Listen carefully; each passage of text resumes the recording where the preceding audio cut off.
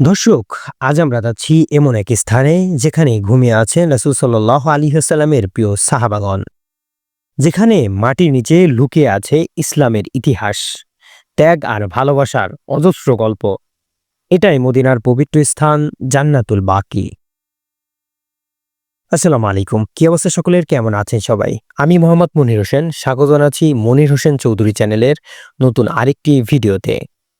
আজ আমরা ঘুরে দেখব জান্নাতুল বাকি, যেখানে চিরনিদ্রায় আছেন আমাদের নবীজি হযরত মুহাম্মদ মুস্তাফা সাল্লাল্লাহু আলাইহি ওয়াসাল্লামের পরিবার, সাহাবা ও মহান ব্যক্তিগণ।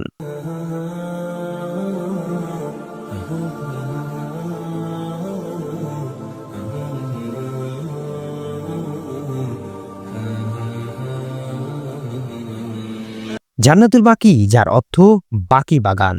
প্রথম যুগে এটি ছিল খেজুর গাছ ভর্তি এক বাগান। রাসূলুল্লাহ সাল্লাল্লাহু আলাইহি ওয়াসাল্লাম নিজ হাতে এখানে প্রথম কবর দেন তার পুত্র ইব্রাহিম রাদিয়াল্লাহু তাআলা আনহুকে। এরপর ধীরে ধীরে এই স্থানটি হয়ে ওঠে মদিনার মুসলমানদের কবরস্থান।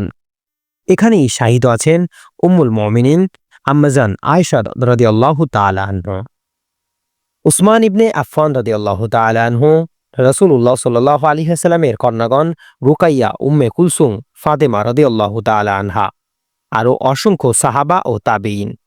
কেউ শহীদ, কেউ গাজী, কেউ রাসূলের সাথী। তারা সবাই আজ মাটির নিচে বিশ্রাম নিচ্ছেন এই পবিত্র ভূমিতে।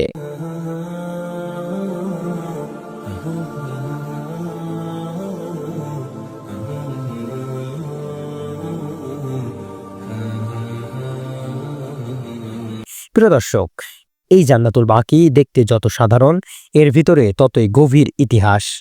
রাসূল সাল্লাল্লাহু আলাইহি ওয়াসাল্লাম প্রায়ই এখানে আসতেন, সাহাবাদের জন্য দোয়া করতেন এবং বলতেন, হে বাকির বাসিন্দাগণ, তোমাদের প্রতি সালাম, ইনশাআল্লাহ আমরাও এই দিন তোমাদের সঙ্গে মিলিত হব। সহিহ মুসলিম।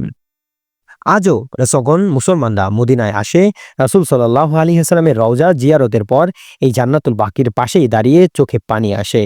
এখানে এসে মনে হয় যারা আল্লাহর পথে জীবন বিলিয়ে দিয়েছেন তাদের কবরের পাশে দাঁড়িয়ে আমরাও যেন ঈমানকে নবায়ন করছি।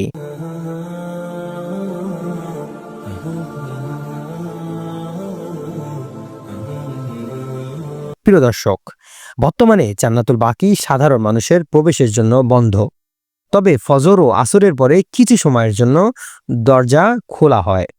যখন হাজিরা দোয়া করতে আসেন, আমি এখন দাঁড়িয়ে আছি সেই দেয়ালের পাশে। ভেতরে দেখা যায় সারি সারি মাটির সমান কবর।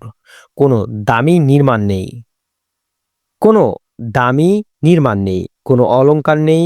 তবুও এই স্থান পৃথিবীর সবচেয়ে মর্যাদাপূর্ণ ভূমিগুলোর একটি, কারণ এখানেই ঘুমিয়ে আছেন ইসলামের মহান ব্যক্তিরা। প্রিয় দর্শক, এই জান্নাতুল বাকি আমাদের মনে করিয়ে দেয় পদ, মর্যাদা, সম্পদ, ক্ষমতা কিছুই স্থায়ী নয়, শেষ ঠিকানা এই মাটির নিচেই। তাই আসুন জীবনে আমরা এমন কিছু কাজ করি যাতে জান্নাতুল বাকির সেই সাহাবাদের মতো আমরাও আল্লাহর সন্তুষ্টি অর্জন করতে পারি।